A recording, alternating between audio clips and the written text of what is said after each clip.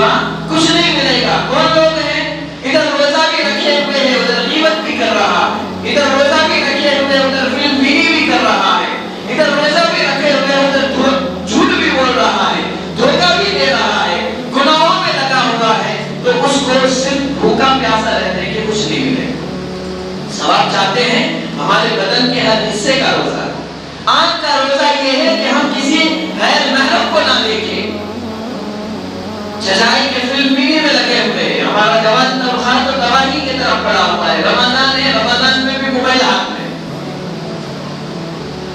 तो मेरे दोस्तों, इस तरह से अगर हम जिंदगी गुजारेंगे तो अल्लाह ने जिस मकसद के लिए हमें ये महीना दिया है वो मकसद में हम कामयाब नहीं हो सकते। अल्लाह ने साफ ऐलान किया है,